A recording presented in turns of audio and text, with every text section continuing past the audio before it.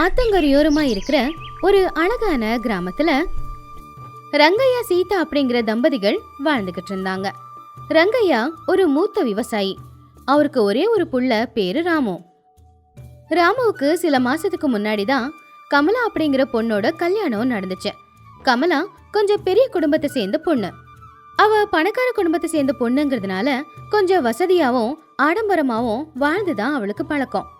ஆனா அவளுடைய மாமியார் சீதா மட்டும் ரொம்பவும் நல்ல குணம் கொண்டவங்க. எந்த வேலையுமே அலுப்பு தெரியாம செய்வாங்க. அவங்க எந்த விஷயத்துக்காகவும் கோவப்பட்டது கூட கிடையாது. இப்படி இருக்கும்போது ஒரு நாள் காலையில கமலா பக்கத்து வீட்டுல இருக்கிற அவருடைய தோழியான சுந்தரி கிட்ட ஏதேதோ சந்தோஷமா பேசிக்கிட்டு இருந்தா. சுந்தரி, இங்க பாத்தியா, நேத்து என் வீட்டுக்காரரு பட்டணத்துக்கு போனப்போ சீட்டுல எழுதி கொடுத்து இது எல்லாத்தையும் வாங்கிட்டு வர சொன்னேன்.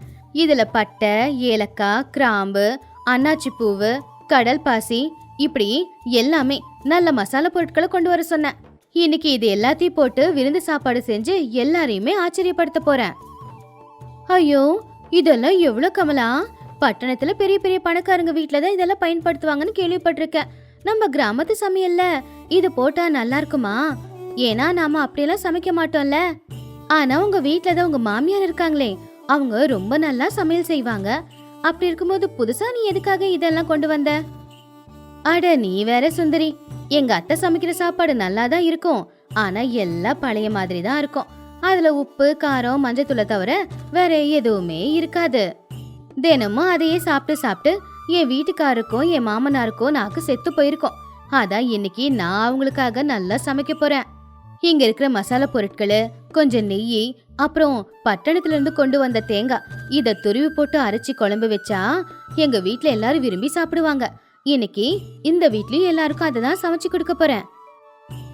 சரி கமலா, நீ ரொம்ப உற்சாகமா இருக்க. ஆனா பார்த்து சமையல் பண்ண. எனக்கும் வீட்டுல நிறைய வேலை இருக்கு. நான் போய் வேலைய பாக்குறேன். சுந்தரி போனதுக்கு அப்புறமா கமலா சமையலறைக்குள்ள போய் அடுப்ப பத்த வச்சு அவன் நினைச்ச மாதிரியே சமையல் செய்ய ஆரம்பிச்சான். சமையலறை முழுக்க காட்டு மனம் வந்துகிட்டு இருந்துச்சு.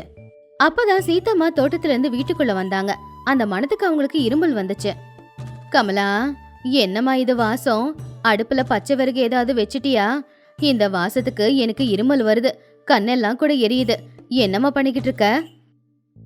ஐயோ, ஈர விறகுல எதுவும் வைக்கல அத்தை. நான் இன்னைக்கு மசாலா போட்டு சமைக்கிறேன்ல, அதோட மனம்தான் அப்படி வருது.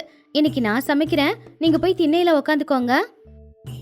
அப்படி இல்லம்மா, நம்ம கிராமத்து ஆட்களுக்கு இந்த மசாலா போட்டு சமைக்கிறதெல்லாம் ஒத்து வராது. அதுலயும் இவ்வளோ எண்ணெய், இவ்வளோ மசாலாலாம் உடம்புக்கு நல்லதில்ல. அதுக்கப்புறம் குழம்புல கத்திரிக்காயோட சுவையே இருக்காதே. அது மட்டும் இல்ல, அடுப்புல நெருப்பு வேற அதிகமா வச்சிருக்க. நெருப்பு அதிகமா வச்சா குழம்பு தீஞ்சுதான் போகும். ஆனா உள்ள இருக்கிற காய் வேகாது. அதனால கொஞ்சம் கம்மியா வச்சுக்கோ. கமலா கொஞ்சம் கோவமா, அத்தை, நீங்க அந்த காலத்து ஆளு, உங்களுக்கு அந்த காலத்து சமையல் தெரியும். நான் இந்த காலத்து பொண்ணு, எனக்கு இந்த காலத்து சமையல் தெரியும். எப்பவும் ஒரே மாதிரி சாப்பிடணும்னு என்ன இருக்கு? நீங்க சமைச்சதை நாங்க சாப்பிடுறோம்ல, நான் சமைச்சதையும் சாப்பிடுங்க. சரிம்மா, உன்னோட விருப்பம். அடுப்பு கிட்ட பார்த்து சமையல் பண்ணு, கைய சுட்டுக்காதமா அப்படின்னு சொல்லி சீதாம்மா அமைதியா வெளியில போயிட்டாங்க. கமலா எல்லா மசாலா பொருட்களையும் போட்டு அத அரைச்சி குழம்புல போட்டா. மதிய நேரமும் ஆச்சு. ராமுவும் ரங்கையாவும் வயல் வேலையை முடிச்சிட்டு அசதியா வீட்டுக்கு வந்தாங்க. கமலா ரொம்ப ஆசையா அவ சமைச்சதை எல்லாத்தையுமே வாழை இலையில பரிமாறினா. என்ன கமலா, வீட்டுக்குள்ள வந்ததும் கமகமன்னு மனம் வருது. எனக்காக ஏதோ விசேஷமா செஞ்சிருக்க போலயே. ஆமாங்க மாமா, இன்னைக்கு நான் தான் எல்லா சமையலையும் செஞ்சிருக்கேன். பட்டணத்துல இருந்து கொண்டு வந்த மசாலா பொருளை போட்டு சமைச்சிருக்கேன். சாப்பிட்டு எப்படி இருக்குன்னு சொல்லுங்க. ரங்கையா சந்தோஷமா அந்த சாப்பாடு ஒரு வாய் எடுத்து சாப்பிட்டாரு. ஆனா அதை சாப்பிட்ட உடனே அவர் முகம் வாடி போச்சு. தொண்டையில ஏதோ எரிச்சல். அவருக்கு இருமல் வர ஆரம்பிச்சிடுச்சு. அப்பா, என்னாச்சு? ஏன் இரும்புறீங்க? கமலா, அப்பாவுக்கு குடிக்க கொஞ்சம் தண்ணிய கொடு. ரங்கையா தண்ணிய கொஞ்சம் குடிச்சிட்டு, ஒன்றும் இல்லடா, தொண்டையில கொஞ்சம் பொறை ஏறிடுச்சு. கமலா, குழம்பு நல்லா தான் இருக்கு. ஆனா என் வயசுக்கு இந்த உப்பு காரம் அதிகமா இருந்தா வயிறெல்லாம் எரியுமா. கொஞ்சம் தயிர் இருந்தா போடுமா. கமலா வருத்தமா, என்னங்க மாமா, இவ்வளவு கஷ்டப்பட்டு சமைச்சிருக்கேன், ஒரு வாய் சாப்பிட்டுட்டு வேணாங்கிறீங்க? பட்டணத்துல எல்லாரும் இதை தான் சாப்பிடுவாங்க. அப்பா சொன்னது உண்மைதான் கமலா. குழம்புல உப்பு காரம் அதிகமா இருக்கு. கத்திரிக்காவோட சுவையே தெரியல. எண்ணெயும் அதிகமாக தான் இருக்கு. வயல்ல இறங்கி வேலை செய்கிற நாம இப்படியெல்லாம் சாப்பிட்டா அது ஜீரணமாகாது. உன்னை கஷ்டப்படுத்தக்கூடாதுன்னு அப்பா எதுவும் சொல்லல. ஆனா இந்த குழம்ப சாப்பிட கொஞ்சம் கஷ்டமா தான் இருக்கு. அப்போ சீதம்மா வெளியில இருந்து வந்து, என்ன சத்தம் இங்க? அந்த பொண்ணு அவளை கஷ்டப்பட்டு சமைச்சிருக்கா, சும்மா குறை சொல்லிக்கிட்டு. கமலா, நீ வருத்தப்படாதம்மா. அவங்க நான் செஞ்ச சப்புன்னு இருக்கிற குழம்ப சாப்பிட்டு சாப்பிட்டு பழகிட்டாங்க. அதனாலதான் நீ சமைச்சது அவங்க தொண்டையில இறங்கல போல. காலையில கொஞ்சம் சாம்பார் வச்சிருந்தல்ல, அதே கொண்டு வந்து இவங்களுக்கு ஊத்து. அன்னைக்கு கமலா சமைச்ச சாப்பாடை யாரும் சரியா சாப்பிடல. அதனால கமலாவுக்கு வருத்தம். இவ்வளவு விலை அதிகமான பொருட்களை எல்லாம் வாங்கி சமைச்சா யாரும் சாப்பிடலையே அப்படின்னு கொஞ்சம் கோவமும் வந்துச்சு. ராத்திரி முழுக்க கமலா அதை பத்தியே யோசிச்சு சரியா தூங்க கூட இல்ல. அடுத்த நாள் காலையில சீதம்மா சமையல் அறைக்குள்ள வந்தாங்க. கமலா, நேத்து எல்லாம் அடுப்பு கிட்ட உட்காந்து சமைச்சு சமைச்சு ரொம்ப சோர்வடைஞ்சிருப்ப. இன்னைக்கு நீ சமைக்க வேண்டாமா? நீ போய் ஓய்வு எடுத்துக்கோ. இன்னைக்கு நானே சமைச்சிடுறேன். சரிங்க அத்தை. ஆனா நானும் சமையல் அறையில உங்க பக்கத்துலயே உட்காந்துக்கிட்டு நீங்க என்ன ரகசிய மசாலா போடுறீங்க அப்படிங்கறத கொஞ்சம் பார்க்கலாமா? ஏன் சமையல என்னமா ரகசியம் இருக்க போகுது? சாதாரணமா சமைக்கிறது தான். சரி, உட்காந்து பாரு. சீதம்மா முதல்ல தோட்டத்துக்கு போய் இளசா இருக்கிற பீர்க்கங்காயும் அப்புறம் கொஞ்சம் கீரையும் பறிச்சுக்கிட்டு வந்தாங்க. அத்த, என்ன இது? அதான் நேத்து நான் வாங்கிட்டு வந்த கத்திரிக்காயும் உருளைக்கிழங்கும் இருக்கே. அப்படி இருக்கும்போது இப்ப இந்த பீர்க்கங்காவும் கீரையும் எதுக்கு? இது கொஞ்சமா வேற இருக்கு. எல்லாருக்குமே பத்துமா? கமலா, சமையலுக்கு என்ன காய்கறி பயன்படுத்துறோங்கிறது முக்கியம் இல்லம்மா. அது எவ்வளவு இளசா இருந்துச்சு, அதை நாம எந்த மாதிரி சமைக்கிறோம், இதுதாம்மா முக்கியம். ஏற்கனவே பறிச்சு வச்ச காய்கறியை விட இப்பதான் கொடியில இருந்து பறிச்சுட்டு வந்த இந்த பீர்க்கங்காய் சுவை ரொம்ப அதிகமா இருக்கும். இது எந்த ரசாயனமும் பயன்படுத்தாம நம்ம தோட்டத்துல விளைஞ்ச கீரைமா. இந்த கீரையும் ரொம்ப நல்லா இருக்கும். சீதம்மா சமையலறைக்குள்ள போய் விறக அடுப்புல வச்சு நெருப்ப ரொம்ப மிதமா சரியான அளவுல வர மாதிரி வச்சாங்க. என்னத்த, நெருப்ப இவ்வளவு குறைச்சு வச்சிருக்கீங்க? இந்த நெருப்புல அந்த பாத்திரம் சூடறவே 1 மணி நேரம் ஆயிடுமே. நெருப்பு அதிகமா வச்சா சமையலும் சீக்கிரமா முடிஞ்சிடும் இல்லையா? அப்போ சீதம்மா சிரிச்சுக்கிட்டு, சமையல் பண்றது என்னமாமா, ஓட்டப்பந்தயமா? எப்பவுமே மிதமான தீயில சமையல் செய்யும் போதுதான் சமையலோட சுவை கூடும். நெருப்பு அதிகமா இருந்தா அந்த குழம்புல இருக்கிற தண்ணி எல்லாமே சீக்கிரமா வத்தி போயிடும். ஆனா காய்கறி எதுவும் வெந்திருக்காது, பச்சை மணமும் போயிருக்காது. அதுவே பொறுமையா நல்லபடியா வெந்துச்சுன்னா பச்சை மணம் எல்லாம் போய் காயெல்லாம் வெந்து குழம்பு சுவையா இருக்கும். நீ முதல்ல இந்த உரல் கிட்ட வந்து உக்காந்துக்கோ. கமலா உரல் கிட்ட வந்து உக்காந்தா.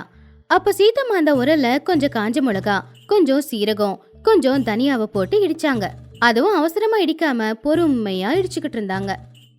ஏன் அத்தை, நான் தான் பட்டணத்துல இருந்து நிறைய மசாலா பொருட்கள் வாங்கிட்டு வந்திருக்கேன்ல, அது எதுவுமே பயன்படுத்தல.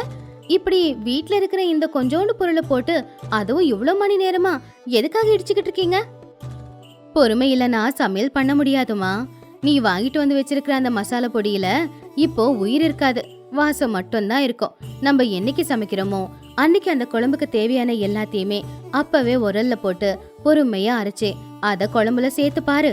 அப்போ குழம்போட சுவை மட்டும் இல்லம்மா, அந்த குழம்போட மனமும் 4 ஊருக்கே போகும்.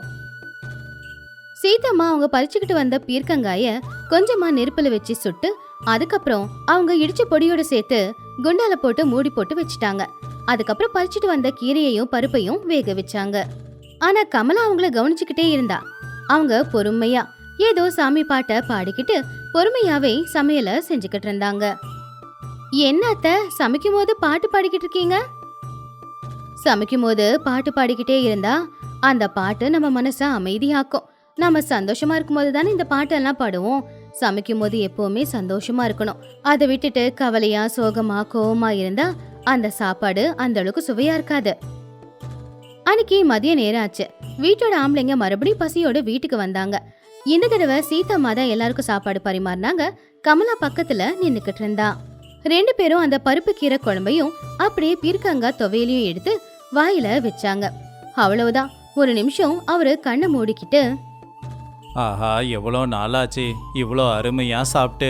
நேத்து மசாலா காட்டோட சாப்பிட்ட அந்த குழம்புக்கு இந்த பீர்க்கங்காய் குழம்பு ரொம்பவே நல்லா இருக்கு. இதை சாப்பிடும்போது அப்படியே வெண்ணெய் மாதிரி தொண்டைக்குள்ள இறங்குது.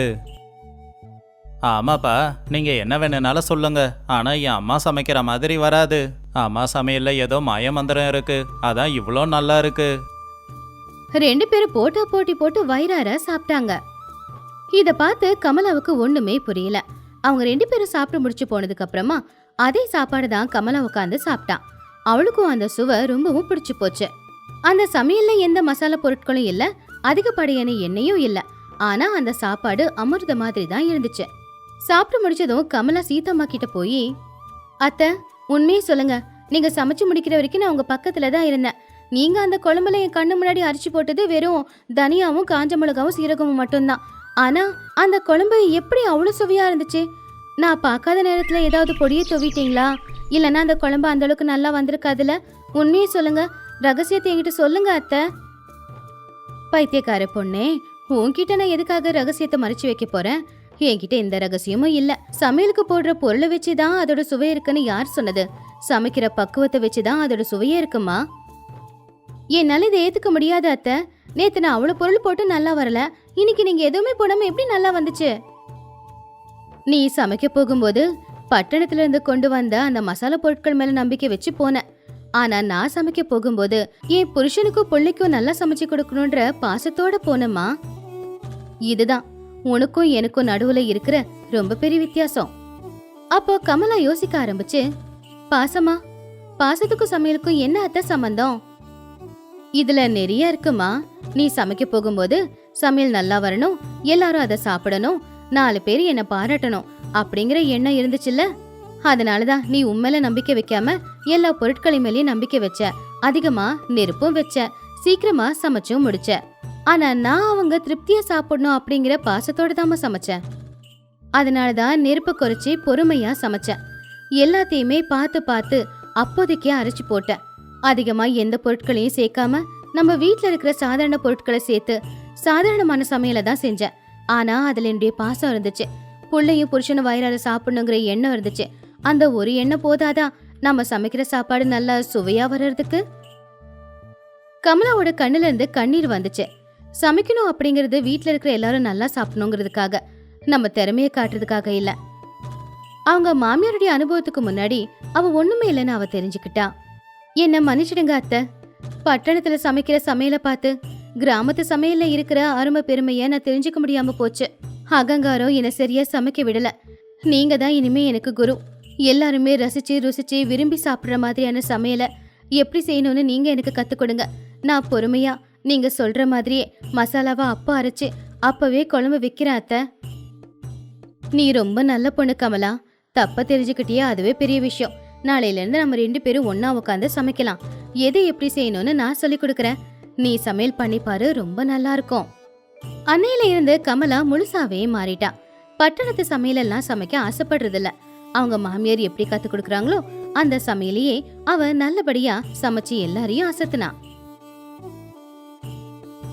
சில நாட்கள்லயே கமலா உண்மையிலே கிராமத்து சமையல ரொம்ப நல்லா செய்ய ஆரம்பிச்சா. பொறுமையா, பாசமா, அன்போட எந்த வேலை செஞ்சாலும் சரி, அந்த வேலை நல்லபடியா முடியும். அத கமலா அந்த கிராமத்துக்கு போய் கத்துக்கிட்டா.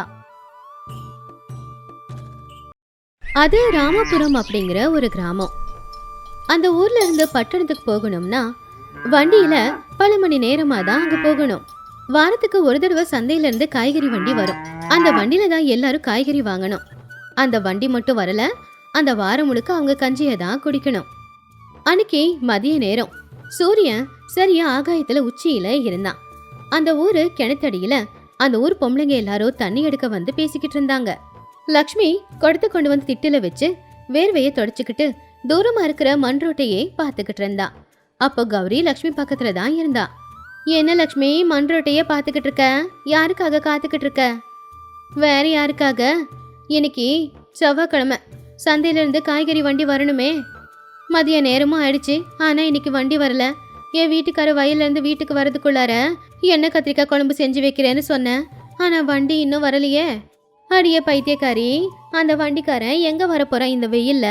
போன வாரமும் அவன் வரல.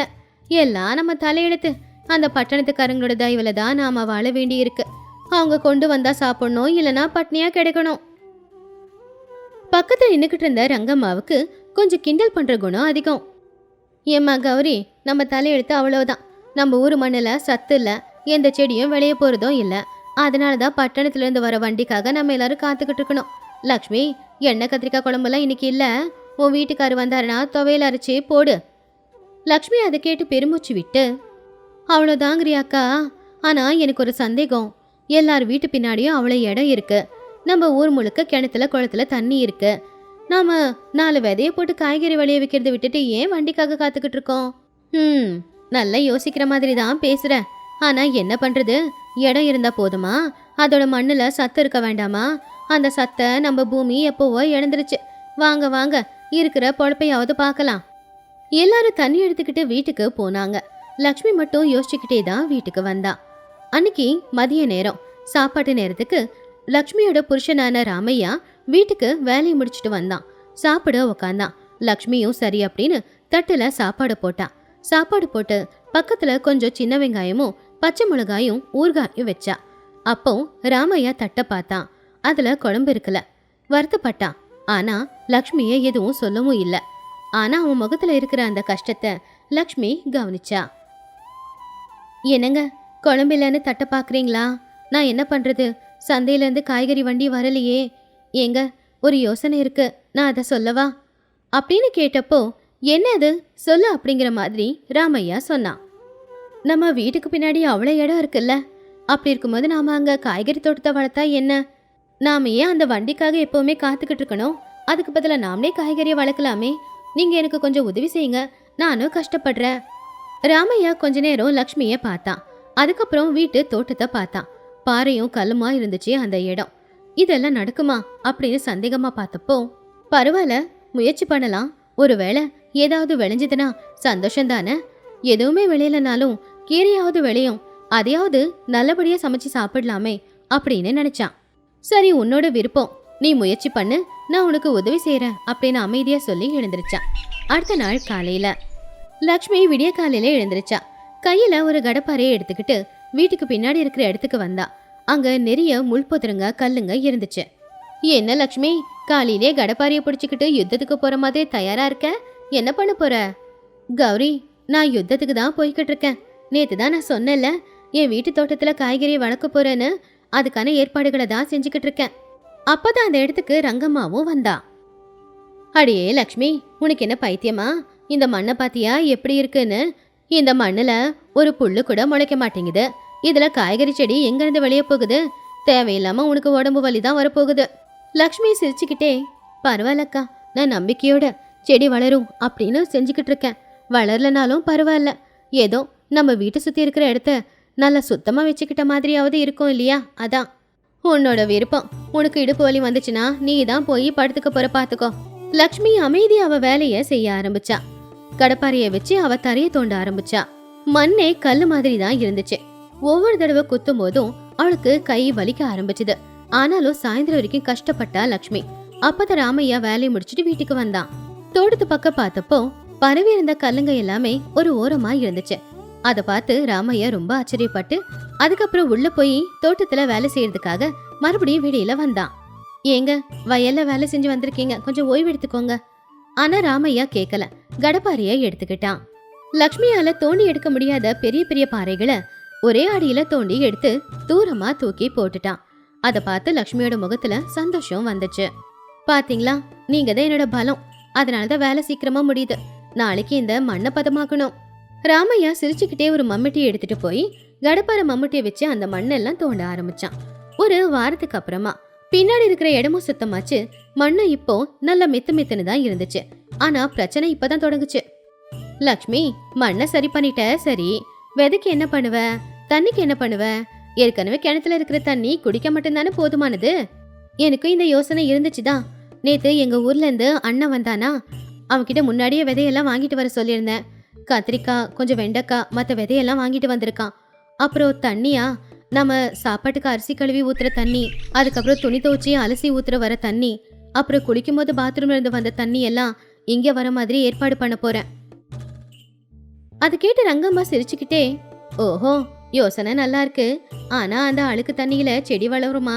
எனக்கு என்னமோ செடி வளராதுன்னு தான் தோணுது. அக்கா, அது அழுக்கு தண்ணியா இருக்கலாம். ஆனா சோப்பு கலக்காத எல்லா தண்ணியும் செடிகளுக்கு நல்லதுதான். பாத்துக்கிட்டே இரு, ஏதாவது அதிசயம் நடக்காத என்ன? லக்ஷ்மி கொண்டு வந்த விதைகளை தூவுனா. காலையில இருந்து சாயந்தரம் வரைக்கும் அவ அந்த இடத்துக்கு தண்ணியை தெளிச்சுக்கிட்டே இருப்பா. சாயந்தரம் ராமையா வயல்ல இருந்து வீட்டுக்கு வந்ததும் கிணத்துல இருந்து 2 பானை தண்ணியை கொண்டு வந்து அந்த இடத்துக்கு ஊத்துவான். அவன் வார்த்தையால எதுவும் சொல்லலனாலும் அவன் செய்யற உதவி லக்ஷ்மிக்கு மலை மாதிரி பலத்தை கொடுத்துச்சு. ஒரு நாள் காலையில லக்ஷ்மி தோட்டத்துக்கு வந்து பார்த்தப்போ அங்க இருக்கிற காட்சியை பார்த்த உடனே அவ மனசு முழுக்க சந்தோஷமாயிடுச்சு. மண்ணுக்குள்ள இருந்து மெதுவா சின்ன சின்னதா செடிங்க எல்லாம் வெளியில வந்திருந்துச்சு. அத பார்த்து அவ சந்தோஷமா, கௌரி கௌரி இங்க வா, வந்து பாரு. அப்ப கௌரி வேகமா ஓடி வந்தா. என்னாச்சு, பாம்பு ஏதாவது வந்துச்சா? பாம்பு வரல, உயிர் வந்திருக்கு. இங்க பாரு, கத்திரிக்காய் செடி, வெண்டைக்காய் செடி, சொரக்காய் கொடி எல்லாமே வந்திருக்கு பாரு. கௌரியும் ஆச்சரியமா, அட உண்மைதான் லக்ஷ்மி, மண்ணுக்கு உசுறு கொடுத்துட்டியே. ரங்கம்மாக்கா பார்த்தா ரொம்ப ஆச்சரியப்படுவாங்க. சரியா அப்பதான் ரங்கம்மா அந்த பக்கமா வந்து லக்ஷ்மி கூப்பிடுறதுக்கு முன்னாடியே வந்துட்டாங்க. என்னடி சந்தோஷமா இருக்கீங்க? ஓ, முளைச்சு வந்திருக்க விதையெல்லாம் முளைச்சு வர்றது முக்கியம் இல்ல, காய் காய்க்கணும், அது வரைக்கும் பார்க்கலாம். நிச்சயமா காய்க்கதான் போகுதுக்கா. மனசு வச்சு வேலையை பார்த்தா மண்ணை கூட பொண்ணாக்கலாம். இப்படியே 2 மாசமும் போச்சு. லக்ஷ்மியோட தோட்டம் இப்போ ஒரு காய்கறி தோட்டமா மாறுச்சு. சொரக்காய் கொடியெல்லாம் பரவி கிடந்துச்சு. கத்திரிக்காய் செடியில தொங்கிக்கிட்டு இருந்துச்சு. வெண்டைக்காய், தக்காளி, இப்படி எல்லா காய்கறிகளும் நிறையாவே இருந்துச்சு. அன்னைக்கு மறுபடியும் செவ்வாய்க்கிழமை. எல்லாருமே பட்டணத்துல இருந்து வர காய்கறி வண்டிக்காக காத்துக்கிட்டு இருந்தாங்க. ஆனா என்னாச்சோ ஏதாச்சோ தெரியல, பட்டணத்து வண்டி ஊருக்கு வரல. எல்லாரும் அதை பார்த்து கவலைப்பட்டாங்க. ரங்கம்மாவும் வீட்டு வாசல்ல நின்னு புலம்பிக்கிட்டு இருந்தா.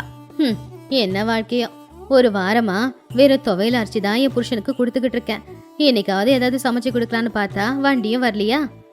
அப்ப கௌரி அங்க வந்து, என்னக்கா ஏதோ புலம்புற மாதிரியே இருக்கு? புலம்புல, அழனு போல இருக்கு.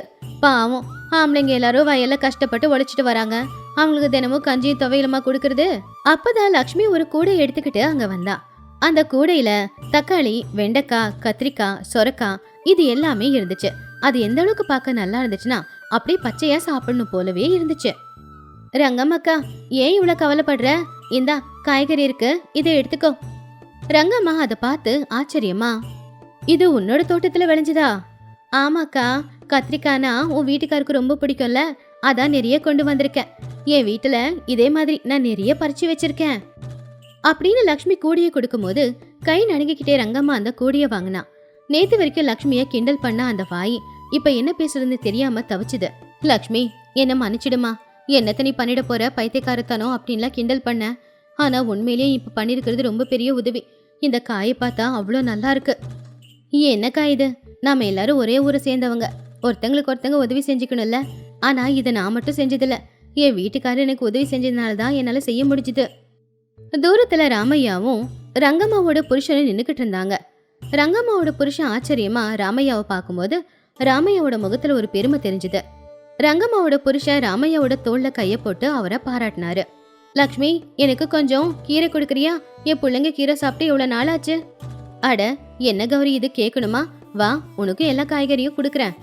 அன்னைக்கு ஊர்ல ஜனங்க எல்லாருமே லக்ஷ்மியோட தோட்டத்தை பத்தி தான் பேசிக்கிட்டு இருந்தாங்க.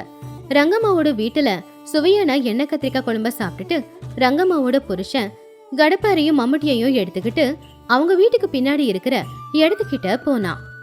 ஏங்க, என்ன இது, சாப்பிட்டு ஓய்வெடுக்காம ஏன் தோட்டத்துக்கு வந்திருக்கீங்க அப்படின்னு சொன்னப்போ ரங்கம்மாவோட புருஷன் எதுவும் சொல்லாம தோட்டத்தை கை காட்டி, நாமளும் இதே மாதிரி செய்ய போறோம் அப்படின்னு சந்தோஷமா சொன்னான்.